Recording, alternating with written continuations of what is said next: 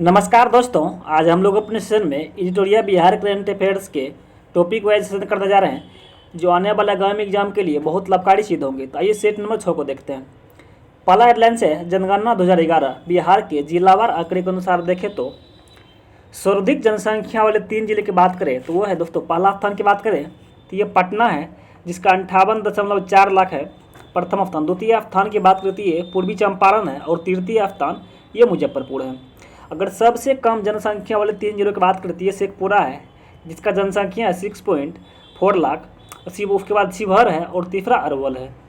अगर बात करें सर्वाधिक जनसंख्या वृद्धि वाले 3 जिले का तो दोस्तों पहला पर मधेपुरा है जिसका है 31.1%, दूसरा पर किशनगंज है, तीसरा पर अररिया एवं खगड़िया है। दोनों का जनसंख्या वृद्धि 30.2% है। सबसे कम जनसंख्या वृद्धि वाले 3 जिले की बात करें तो ये है अरवल पहला है जिसका 18.9% है, दूसरा गोपालगंज है और तीसरा दरभंगा है। अगर बात करें सर्वाधिक लिंगानुपात वाले 3 जिले का तो ये पहला स्थान पर गोपालगंज है जिसका 10:21 लिंगानुपात है पहला, दूसरा सिवान है और तीसरा सारण है। दोस्तों वही बात करें सबसे कम लिंगानुपात वाले 3 जिले का तो पहला स्थान जो है तो मुंगेर का है जहाँ 876 ही है, दूसरा भागलपुर है और तीसरा खगड़िया है। सर्वाधिक बाल लिंगानुपात वाले 3 जिले को दोस्तों बात कर ले तो पहला पर है किशनगंज 971, दूसरा पर कटिहार है और तीसरा पर गया है। अगर वही दोस्तों बात करें सबसे कम बाल लिंगानुपात वाले 3 जिले का तो पहला पर दोस्तों बात करें तो पहला वैशाली है जिसका 950 है, दूसरा पटना है और तीसरा मुजफ्फरपुर है। अगर दोस्तों बात करें वही सर्वाधिक जनसंख्या घनत्व वाले 3 जिले का तो पहला पर शिवहर है जो 1880 जिसका दिया गया है और पहला पर, दूसरा पर पटना और तीसरा पर दरभंगा है। अगर दोस्तों बात करें वही सबसे कम जनसंख्या घनत्व वाले 3 जिले का तो पहला पर दोस्तों कैमूर है जिसका 488 है, दूसरा पर जमुई और तो तीसरा पर बांका है। और सर्वाधिक शहरीकरण वाले 3 जिलों की दोस्तों बात कर ले तो पहला पर पटना है जिसका 43.1 है, दूसरा पर मुंगेर और तीसरा पर भागलपुर है। अगर दोस्तों बात करें वही सबसे कम शहरीकरण वाले 3 जिले का तो दोस्तों ये है समस्तीपुर, बांका प्लस बांका, ये दोनों का शहरीकरण की दोस्तों बात करती है 3.5 है और दोस्तों दूसरा पर मधुबनी और तीसरा पर कैमूर है। और दोस्तों वही बात कर ले सर्वाधिक साक्षरता दर वाले 3 जिले का तो पहला रोहतास है जिसका जो 73.4% साक्षरता पहला स्थान है, दूसरा पर दोस्तों पटना और तीसरा पर भोजपुर है। वो दोस्तों बात कर ले सबसे कम साक्षरता दर वाले 3 जिले का तो पहला पर दोस्तों बात करती है पहला पर पूर्णिया है जिसका 51.1% है, दूसरा पर सीतामढ़ी है और तीसरा पर कटिहार है। तो वही बात कर ले सर्वाधिक पुरुष साक्षरता दर वाले 3 जिले का तो पहला पर दोस्तों रोहतास है जिसका 82.9% है, दूसरा पर भोजपुर है और तीसरा पर बक्सर है। तो वही बात करें सबसे कम पुरुष साक्षरता दर वाले 3 जिले का तो सबसे कम की दोस्तों बात करें तो यहाँ पूर्णिया जो है जहाँ 59.1% है, दूसरा पर कटिहार है और तीसरा पर सीतामढ़ी है। वही दोस्तों बात करें सर्वाधिक महिला साक्षरता दर वाले 3 जिले का तो पहला पर दोस्तों रोहतास है जिसका 63% है, दूसरा पर मुंगेर है और तीसरा पर पटना है। वही दोस्तों बात करें सबसे कम महिला साक्षरता दर वाले 3 जिले का तो पहला दर है तो यह सहरसा है जिसका 41.1% है, दूसरा पर मधेपुरा और तीसरा पर पूर्णिया है। वही दोस्तों बात कर ले सर्वाधिक ग्रामीण साक्षरता दर वाले 3 जिले का तो पहला पर दोस्तों ये रोहतास है जिसका 72.5% है, दूसरा पर औरंगाबाद और तीसरा पर भोजपुर है। वही बात कर ले सबसे कम ग्रामीण साक्षरता दर वाले 3 जिले का तो पहला पर पूर्णिया है जिसका 48.4% है, दूसरा पर कटिहार है और तीसरा पर सीतामढ़ी है। अगला है सर्वाधिक शहरी साक्षरता दर वाले 3 जिले का दोस्तों ये पहला पर बात करती है पहला पूर्णिया जिसका 48.4% है, दूसरा पर कटिहार और तीसरा पर सीतामढ़ी है। और दोस्तों वही बात करें सर्वाधिक शहरी साक्षरता दर वाले 3 जिले का तो पहला पर कैमूर है जिसका 82.6% है और दूसरा पर पटना और तीसरा पर मुंगेर है। वही दोस्तों बात करें सबसे कम शहरी साक्षरता दर वाले 3 जिले का तो पहला पर शिवहर जिसका 62% है, दूसरा पर शेखपुरा और तीसरा पर मधुबनी है। वही दोस्तों बात करें सर्वाधिक अनुसूचित जाति प्रतिशत वाले 3 जिले का तो पहला पर गया है जहाँ दोस्तों 30.39% है अनुसूचित जाति, दूसरा पर दोस्तों नवादा है और तीसरा पर औरंगाबाद है। न्यूनतम अनुसूचित जाति वाले प्रतिशत वाले 3 जिले का दोस्तों अगर बात की जाए तो पहला पर बात करती है पहला पर किशनगंज है जहाँ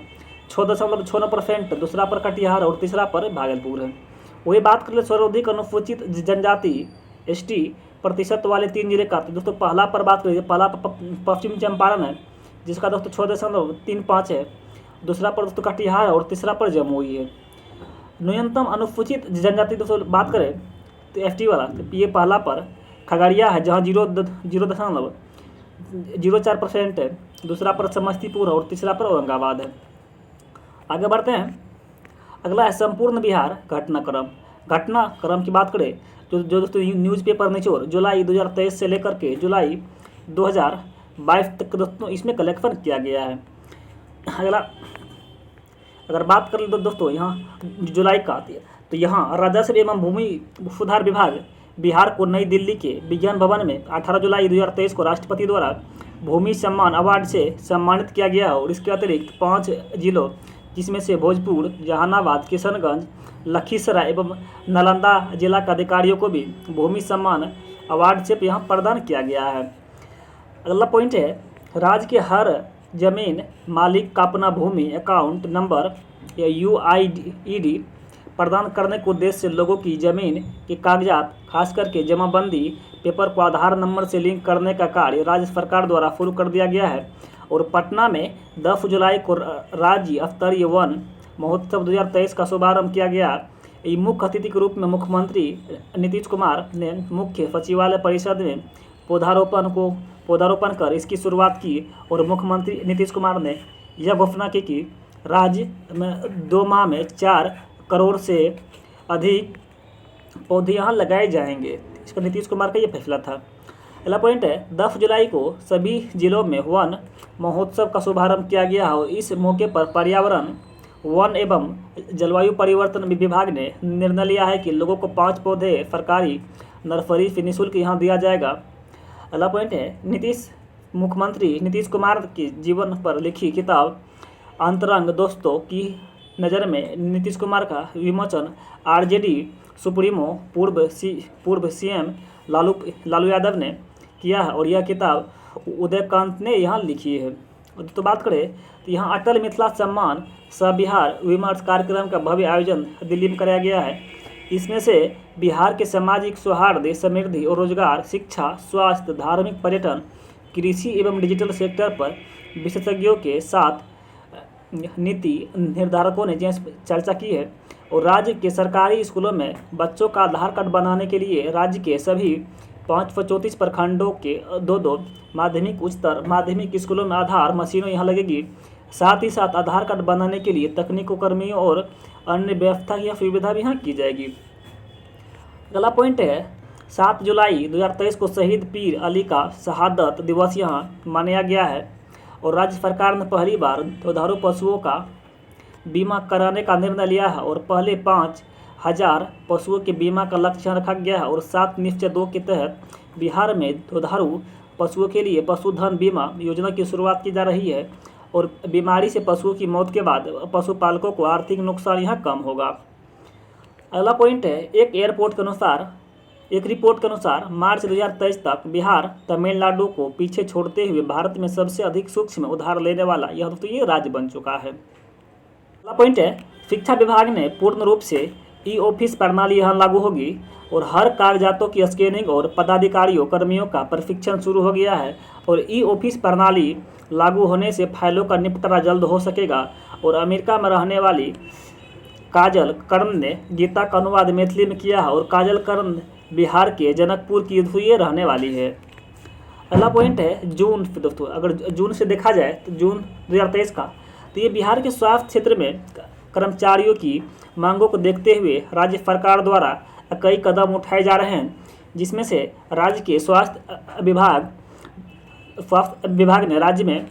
पहली बार पैरा मेडिकल काउंसिल के गठन का फैसला किया है और इस काउंसिल में अध्यक्ष सहित 10 सदस्य होंगे और साथ ही विभाग द्वारा पैरा मेडिकल नियमावली भी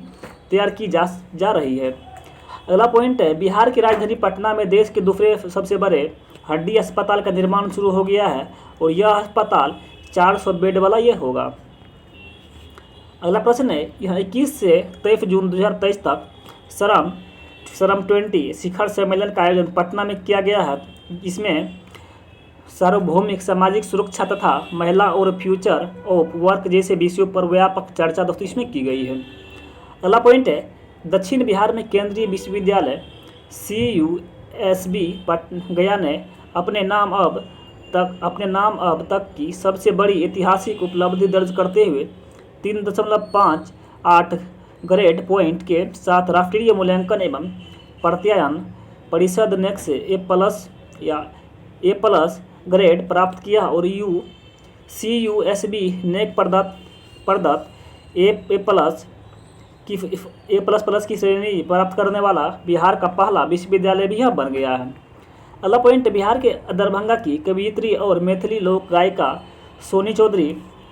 को बेहतर गायकी के लिए बिहार रत्न सम्मान से नवाजा गया है और राष्ट्रीय युवा कल्याण परिषद पटना के तत्वाधान में आयोजित सम्मान समारोह में उन्हें यह सम्मान संस्था के अध्यक्ष विश्व मोहन चौधरी ने इसको दिया है। तो बात करें 13 से 14 जून 2023 तक पुणे के छत्रपति शिवाजी स्टेडियम में आयोजित राष्ट्रीय जूनियर रग्बी बालक प्रतियोगिता में बिहार के गोल्ड हासिल किया है और बिहार विद्यालय परीक्षा समिति ने छात्रों एवं शिक्षकों के लिए BSEB मोबाइल ऐप लॉन्च किया है और इस ऐप पर स्टूडेंट को पढ़ाई एवं परीक्षा से जुड़ी सभी जानकारियाँ मिलेगी। इंटर एवं मैट्रिक के स्टूडेंट सभी जरूरी जानकारी इस ऐप की मदद से ले सकते हैं। अगला पॉइंट है, तो यहाँ 20 जून को पूर्वी चंपारण की ऐतिहासिक धरती पर विराट रामायण मंदिर की नींव यहाँ पड़ी है और विराट रामायण मंदिर बिहार के पूर्वी चंपारण के चकिया केसरिया नगर के निकट जानकीपुर में बन रहा एक आगामी मंदिर है, जिसे पटना की महावीर अस्थल न्यास समिति नामक संस्था द्वारा बनाया जा रहा है और 3 मंजिले इस मंदिर की ऊंचाई 270 फीट होगी और यह मंदिर न केवल विश्व का सबसे ऊंचा मंदिर होगा बल्कि इस मंदिर में वर्ष 2025 तक सावन तक का विश्व का सबसे ऊंचा शिवलिंग भी यहाँ स्थापित किया जाएगा। अगला पॉइंट, खगड़िया के अगवानी घाट और सुल्तानगंज के बीच गंगा नदी पर बन रहे अगवानी पुल के 3 पिलर और 4 सुपर स्ट्रक्चर गिर गए हैं और अगवानी पुल को लेकर के IIT रुड़की ने अपनी जांच रिपोर्ट सरकार को सौंप दी है और IIT रुड़की की रिपोर्ट और अनुशंसाओं पर विचार कर आगे निर्णय इसमें लिया जाएगा। अगला पॉइंट है, राष्ट्रीय परिवार स्वास्थ्य सर्वेक्षण 5 के आंकड़ों के अनुसार राज्य के सभी जिलों में संस्थागत प्रसव के दर में वृद्धि दर्ज की गई है। वही 93.2% संस्थागत प्रसव के साथ मुंगेर जिला राज्य में अव्वल रहा है और राष्ट्रीय संस्थागत रैंकिंग फ्रेमवर्क NIRF 2023 की टॉप 100 रैंकिंग में बिहार के 6 संस्थानों ने जगह बनाई है और अलग अलग कैटेगरी में इनका चयन हुआ है और एम्स पटना को मेडिकल में 27वां और जबकि राजेंद्र प्रसाद एग्रीकल्चर केंद्रीय कृषि विवि को 33वां स्थान मिला है और IIT पटना को 41वां NIT पटना को 56वां रैंक इसमें दिया गया है और फार्मेसी कैटेगरी में बिहार के हाजीपुर के नेशनल इंस्टीट्यूट ऑफ फोस्टिकल एजुकेशन एवं रिसर्च को 44वां स्थान इसमें प्राप्त हुआ है। तो बात करें मुजफ्फरपुर जिले के कंपनी बाग स्थित रेड क्रॉस में 3 करोड़ की लागत से ब्लड बैंक बनेगा और यह ब्लड बैंक बिहार में अब तक का सबसे बड़ा ब्लड बैंक होगा और कंपनी रेड क्रॉस में बनने वाला यह ब्लड बैंक अत्याधुनिक सुविधाओं से लैस होगा। दोस्तों बात करें कि बाट बिजली घर में स्टोरेज एक दूसरी यूनिट बनकर तैयार हो गई है जो 660 मेगावाट की इस यूनिट से बिहार को 383 मेगावाट बिजली इसमें मिल सकेगी। अगला पॉइंट है, centre for science and environment CSE ने state of India's environment 2023 in figures जारी किया है और इस रिपोर्ट के अनुसार पर्यावरण संरक्षण रैंकिंग में तेलंगाना शीर्ष स्थान पर है, वही बिहार को इसमें 27वां स्थान मिला है। दोस्तों बात करें कि मुख्यमंत्री नीतीश कुमार की अध्यक्षता में हुई मंत्री परिषद की बैठक में दरभंगा एवं पूर्णिया में नए सिविल एनक्लेव के निर्माण के लिए भारतीय विमानपत्तन प्राधिकरण और बिहार सरकार के बीच MOU स्वीकृति दी गई है। अब राज्य के इन दोनों एयरपोर्टों पर नए टर्मिनल भवन के निर्माण का कार्य शुरू हो जाएगा। वही दोस्तों बात करें तो लखीसराय जिले में चांदन प्रखंड की क्यूल नदी पर अवस्थित रामपुर बालू घाट पर बालू उठाव के दरमियान एक अष्टधातु निर्मित बरामद हुई थी और एक्सपर्ट ने जानकारी मिलने पर यह पता चला कि यह 2000 वर्ष पुरानी मूर्ति है। अगला पॉइंट है, कर्नाटक समेत देश के 28 बोर्ड ने बिहार बोर्ड के 10वीं और 12वीं के छूटे हुए अभ्यर्थियों के लिए एक विशेष परीक्षा आयोजित की को काफ़ी पसंद किया है और छात्र हित में उठाए गए इस कदम को सभी अपने यहाँ लागू कर सकेंगे। अगला पॉइंट है, 17 जून को जल शक्ति मंत्रालय के जल संसाधन, नदी विकास और गंगा संरक्षण विभाग द्वारा नई दिल्ली के विज्ञान भवन में आयोजित समारोह में उपराष्ट्रपति जगदीप धनखड़ ने NTPC बरौनी को सर्वश्रेष्ठ उद्योग के प्रथम पुरस्कार से यहाँ सम्मानित इसको किया गया है। तो अगला पॉइंट की बात कर लें, यह जो है और उद्यान एवं निर्देशालय कृषि विभाग द्वारा आम महोत्सव सह प्रतियोगिता 2023 का आयोजन ज्ञान भवन पटना में किया गया है और मुख्यमंत्री नीतीश कुमार ने राजगीर में 18 जुलाई से शुरू होने वाले मलमास मेले के दौरान गंगाजल को पेयजल के रूप में उपलब्ध कराने का यहाँ निर्देश दिया है। और जमुई जिले में स्थापित सिमुलतला आवासीय विद्यालय की तर्ज पर राज्य के सभी प्रमंडलों में एक आवासीय विद्यालय की स्थापना की जाएगी। इन विद्यालयों में वर्ष 2024 में नामांकन शुरू होने का लक्ष्य तय किया जाएगा। इसके बाद के चरण में हर जिले में इस तरह के आवासीय विद्यालय स्थापित किए जाएंगे।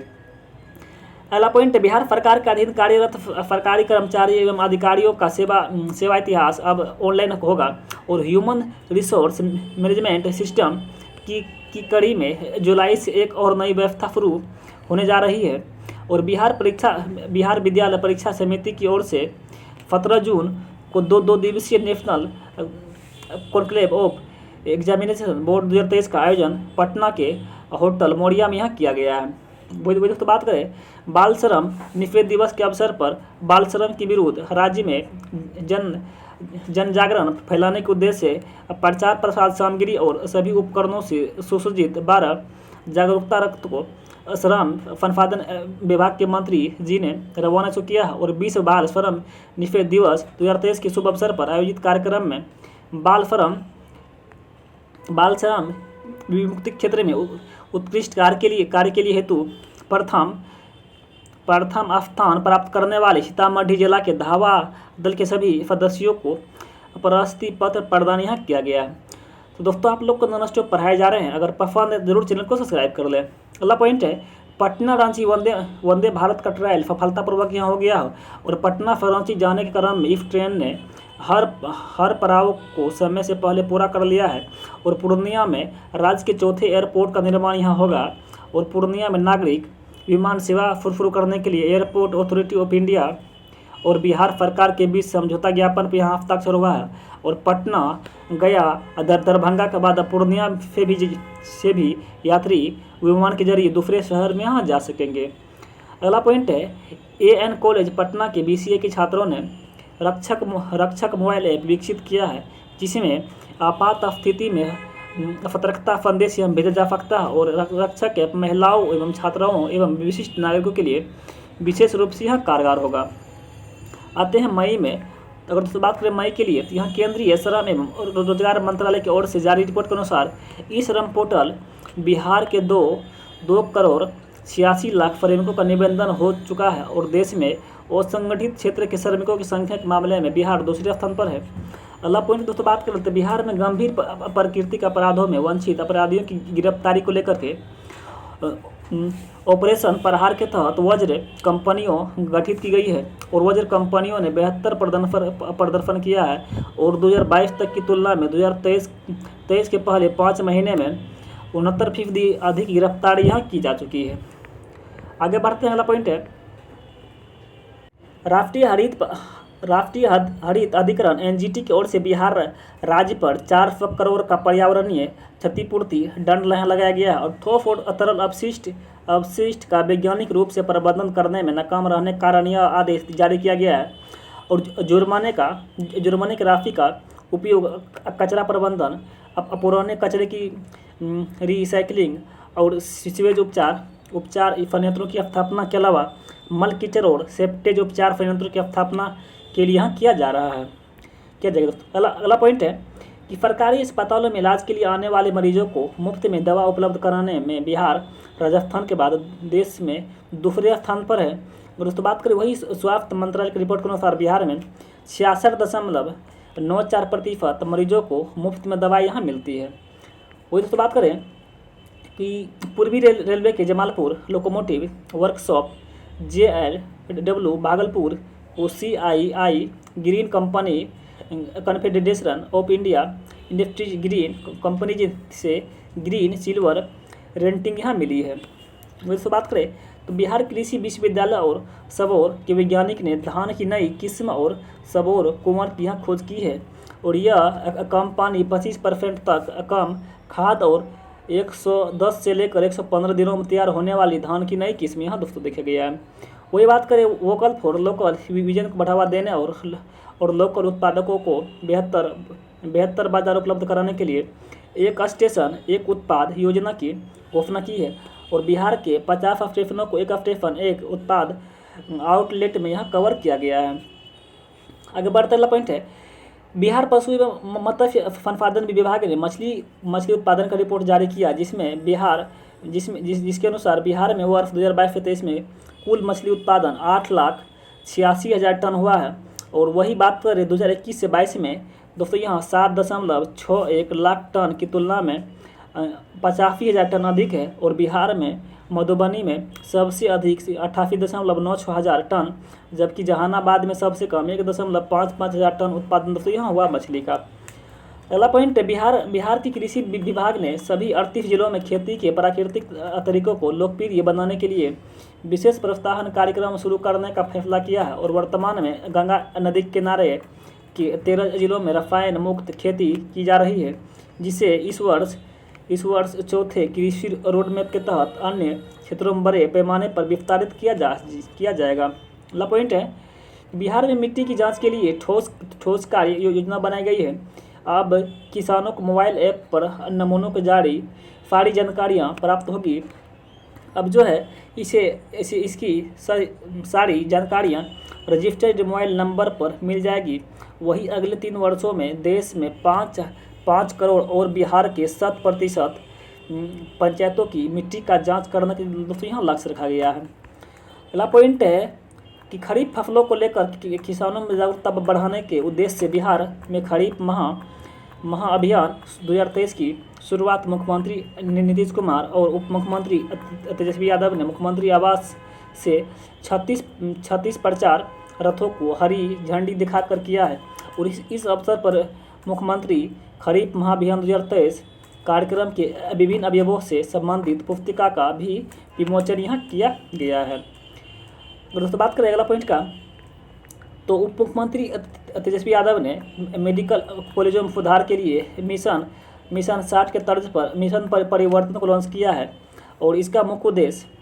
कि अस्पतालों को मरीज फ्रेंडली बनाया जाए और सबसे पहले इन कॉलेजों में अनुशासन को लागू किया जाए, साथ ही मैन पावर का आधार पर इलाज की यहाँ दोस्तों व्यवस्था की जाए।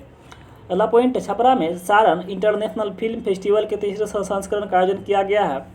और इस आयोजन में देश विदेश की कई फिल्मों का भी प्रदर्शन भी किया गया है। इसमें से national best film washing machine और इंटरनेशनल बेस्ट फिल्म इटली की दिल्ली जितीश को चुना गया है। तो वही बात करके बिहार की सभी 8387 पंचायतों में प्रधानमंत्री सूक्ष्म खाद्य उद्योग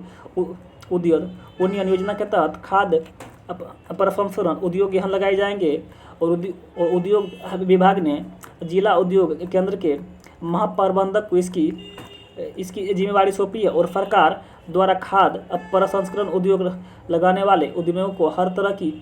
सहायता यहाँ प्रदान की जाएगी। अगला पॉइंट है कि राष्ट्रीय हरित प्राधिकरण NGT ने सोन नदी पर घड़ियाल वन्यजीव अभयारण्य बनाने और इको सेंसिटिव जोन घोषित करने का बिहार सरकार को निर्देश दिया है और IDPTS प्राइवेट लिमिटेड नई दिल्ली के द्वारा पटना के कलेक्ट्रेट घाट पर आयोजित 11 दिवसीय गंगोत्सव कार्यक्रम गंगा महा आरती के अद्भुत प्रदर्शन के साथ संपन्न हुआ है और यह कार्यक्रम वर्ल्ड रिकॉर्ड में यहाँ दर्ज किया गया है।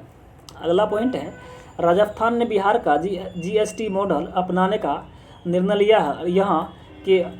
अधिकारी बिहार के जीएसटी मॉडल को देखने पटना आए और राजस्थान यहाँ किए जा रहे नए प्रयोग और उसके सकारात्मक परिणाम से काफ़ी प्रभावित हुए हैं। अगला प्रश्न है, लगभग 18 साल बाद मखाना अनुसंधान केंद्र दरभंगा को राष्ट्रीय मखाना अनुसंधान केंद्र का दर्जा मिला है और अब राष्ट्रीय मखाना अनुसंधान केंद्र दरभंगा राष्ट्रीय स्तर पर मखाने का अनुसंधान एवं विकास कार्य करेगा और जिससे मखाना उत्पादन और किसानों के साथ मखाना व्यवसायों को लाभ यहाँ मिलेगा। दोस्तों बात करें कि आईआईटी पटना और सीडेक के बीच सितंबर 2023 तक आईआईटी पटना में एक सुपर कंप्यूटर स्थापित करने के लिए समझौता ज्ञापन पर हस्ताक्षर किए गए हैं और नेशनल सुपर कंप्यूटिंग मिशन के तहत आईआईटी पटना को हर साल सितंबर तक परम सुपर कंप्यूटर मिल जाएगा और केंद्रीय विज्ञान एवं प्रौद्योगिकी मंत्रालय की ओर से देश के 9 संस्थानों में आईआईटी पटना का इसमें चयन किया गया है। दोस्तों बात करें तो Indira Gandhi institute of medical science IGIMS संस्थान और centre for development of advanced computing CDAC ने इलेक्ट्रॉनिक्स और सूचना प्रौद्योगिकी मंत्रालय के तहत एक MOU साइन यहाँ किया है। दोस्तों इसके तहत दोस्तों Indira Gandhi institute of medical science IGIMS संस्थान में मशीन और सॉफ्टवेयर का उपयोग कर डॉक्टर मरीजों को बेहतर इलाज करेंगे और बेहतर इलाज के लिए अब यहाँ आर्टिफिशियल इंटेलिजेंस का यहाँ इस्तेमाल किया जाएगा। अगला पॉइंट है,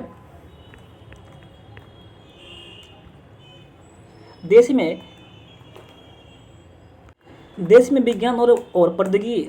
प्रौद्योगिकी आधारित नवाचार को बढ़ावा देने के लिए भारत सरकार ने नई पहल साथी केंद्र स्थापित किया और इस केंद्र के लिए आईआईटी पटना को नोडल केंद्र बनाया गया और विज्ञान और प्रौद्योगिकी मंत्रालय के अधीन कार्यरत विज्ञान एवं प्रौद्योगिकी विज्ञान विभाग इस द्वारा इसे शुरू किया गया है। भारत और नेपाल के बीच ट्रेन की आवाजाही बहुत जल्द शुरू यहाँ हो जाएगी। और उस बात करें जोगबनी और Viratnagar cross border rail link project का काम यहाँ शुरू लगभग पूरा हो चुका है और दोस्तों बथनाहा जो अररिया से विराटनगर तक रेल लाइन निर्माण का काम इरकॉन कंपनी की ओर से यहाँ किया जा रहा है। दोस्तों वही बात करें तो बिहार में गंगा नदी किनारे वाले 23 शहरों एवं इसकी सहायक नदियों वाले 16 शहरों में सीवरेज ट्रीटमेंट प्लांट STP निर्माण के साथ ही 76 छोटे शहरों में FSTP faeces plunge treatment plant का निर्माण किया जाएगा और इन FSTP के माध्यम से निजी सेप्टिक टैंकों से निकलने वाली गंदगी को एकत्रित करने के बाद उसे ट्रीट कर खाद तैयार किया जाएगा। अगला पॉइंट है, मुख्यमंत्री नीतीश कुमार ने पटना में मौसम सेवा केंद्र और मौसम बिहार मोबाइल ऐप का उद्घाटन किया और बिहार मौसम सेवा केंद्र 24 घंटे कार्यरत होगा और लोग दूरभाष एवं मोबाइल ऐप के माध्यम से मौसम संबंधी सूचना यहाँ प्राप्त कर सकेंगे। और दोस्तों ऐसा मोबाइल ऐप विकसित करने वाला बिहार भारत का पहला राज्य है और पंचायत स्तर पर तक का मौसम संबंधी आंकड़ा ग्रहण करने वाला कर्नाटक के बाद बिहार भारत का दूसरा राज्य बन चुका है। अगला पॉइंट है, पटना नगर निगम की ओर से 23 मई को डिजिटल करेंसी रुपया का शुभारंभ किया गया है और इसके साथ ही पटना नगर निगम देश का पहला नगर निगम बन गया है जिसने डिजिटल करेंसी की शुरुआत की है और इसके बाद से अब पटना नगर निगम में डिजिटल करेंसी का उपयोग यहाँ किया जाएगा। अगला पॉइंट है, बिहार की राजधानी पटना में बिहार राज्य खेल प्राधिकरण की ओर से आयोजित 2 दिवसीय स्पोर्ट्स कॉन्क्लेव 2.0 का उद्घाटन राज्य के उप मुख्यमंत्री तेजस्वी यादव ने किया है और बिहार के खेल के मानचित्र में अब उत्कृष्ट केंद्र के रूप में स्थापित करना इस कार्यक्रम का मुख्य यहाँ उद्देश्य होगा। तो वही बात करें तो बिहार सरकार के कला संस्कृति और युवा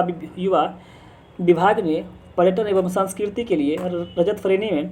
स्कोच अवार्ड 2023 जीता और यह सम्मान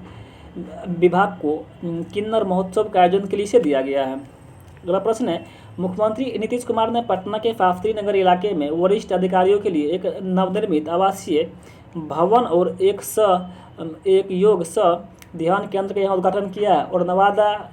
जिले के हिसुआ में भगवान बुद्ध की भारत की सबसे ऊंची प्रतिमा बनाई जा रही है और इस प्रतिमा की ऊंचाई 108 फीट है। यह बिहार की सबसे ऊंची प्रतिमा दोस्तों यहाँ है। अगला पॉइंट है कि बिहार की सरकारी स्कूलों की शिक्षा गुणवत्ता और विस्तार के लिए 4 स्वयंसेवी संस्थाएं वित्तीय और तकनीकी मदद मुहैया कराने के लिए शिक्षा विभाग के साथ MOU पर हस्ताक्षर करेंगे। जो दोस्तों केंद्रीय भंडार नामक संस्था कक्षा 9 और 10 के विद्यार्थियों को स्पेशल कंटेंट मुहैया कराएगी और आदित्य बिरला ग्रुप के माइंड स्पार्क संस्था ऐप के माध्यम से बच्चों का लर्निंग लेवल सुधारने पर यह काम करेगी। वो दोस्तों बात करें तो जुसाइड पीस मिशन का आध्यात्मिक विकास के लिए काम करेगी और एजुकेशन इंडिया नाम की संस्था का कक्षा 3 से 5 तक के विद्यार्थियों को प्रारंभिक साक्षरता मुहैया यहाँ कराएगी। दोस्तों वही बात करें जल शक्ति मंत्रालय के जल संसाधन नदी विकास एवं गंगा संरक्षण विभाग द्वारा चौथे राष्ट्रीय जल पुरस्कार 2022 की घोषणा की गई है और मध्य प्रदेश ने सर्वश्रेष्ठ राज्य श्रेणी में शीर्ष स्थान हासिल किया है। इसके बाद ओडिशा ने दूसरा स्थान जबकि आंध्र प्रदेश और बिहार ने तीसरे स्थान के लिए संयुक्त विजेता घोषित यहाँ किया गया है। वही दोस्तों बात करें तो जाम्बिया की सरकार ने वहाँ की लड़कियों की शिक्षा को बढ़ावा देने के लिए बिहार की मुख्यमंत्री साइकिल योजना को अपनाया है और दोस्तों जाम्बिया के बाद 6 और अफ्रीकी देश बिहार की साइकिल योजना को अपनाने के लिए तैयार है और बिहार की मुफ्त साइकिल योजना स्कूली छात्रों के लिए एक महत्वपूर्ण योजना है और इस योजना के तहत 9वीं एवं 12वीं कक्षा तक की लड़कियों को साइकिल जाने के लिए मुफ्त यहाँ साइकिलें दी जाती है। अगला पॉइंट है मद निषेध उत्पाद एवं निबंधन विभाग के ऊपर मुख्य सचिव ने निर्देश जारी किया और बिहार में भी सभी रजिस्ट्री के दौरान आधार नंबर ऑथेंटिकेशन को अनिवार्य कर दिया गया है और बिहार में मध्य प्रदेश की तर्ज पर अब तक की ज़मीन और मकान खरीदने बेचने पर आधार ऑथेंटिकेशन अनिवार्य कर दिया गया है। वो दोस्तों बात करते बिहार में बाढ़ एवं सुखाड़ के प्रभाव को कम करने के लिए आधुनिकतम तकनीक को अपनाने की दिशा में एक और कदम बढ़ाते हुए जल संसाधन विभाग द्वारा विशेष ऐप बेफिक्र का शुभारंभ यह किया गया है। अगर दोस्तों बात करें बेफिक्र का फुल फॉर्म क्या होता है तो Bihar E system for flood and irrigation quick response app दोस्तों इसका पूरा फुल होता है बेफिक्र ऐप का। दोस्तों बात करें तो बिहार में शिक्षा विभाग ने स्कूलों में बच्चों एवं शिक्षकों की उपस्थिति बढ़ाने व शिक्षा के स्तर पर को बेहतर बनाने के लिए ई शिक्षा कोष पोर्टल विकसित किया है और इससे विद्यालयों में शिक्षक छात्र दोनों की मौजूदगी में की निगरानी यहाँ हो सकेगी। वही दोस्तों बात करें दिसंबर 2021 में बिहार में 963 करोड़ का GST संग्रह यहाँ हुआ था जो सितंबर 2022 में बढ़कर के 1309 करोड़ यहाँ हो चुकी है और दिसंबर 2021 की तुलना में इस बार 36% अधिक GST यहाँ संग्रह हुआ है। बात करें दोस्तों हाल ही में बिहार के पूर्वी चंपारण जिले के मोतिहारी में मोती झील में राष्ट्रीय ड्रैगन बोट प्रतियोगिता 2023-24 का आयोजन किया गया है और यह प्रतियोगिता 10वां संस्करण है जिसका उद्घाटन बिहार ग्रामीण विकास मंत्री श्रवण कुमार के द्वारा किया गया है। तो दोस्तों आज हम लोग अपने सेशन में सब्जेक्टिव और ऑब्जेक्टिव दोनों ही प्रकार के प्रश्न किए हैं को देखे हैं जो आने वाले बिहार पुलिस और बिहार दौरा के लिए काफ़ी लाभकारी सिद्ध होंगे। अगर आप लोग को पसंद आए तो जरूर चैनल को सब्सक्राइब कर लें। हम लोग फिर नेक्स्ट सेशन में मिलते हैं। Thank you very much, have a nice day.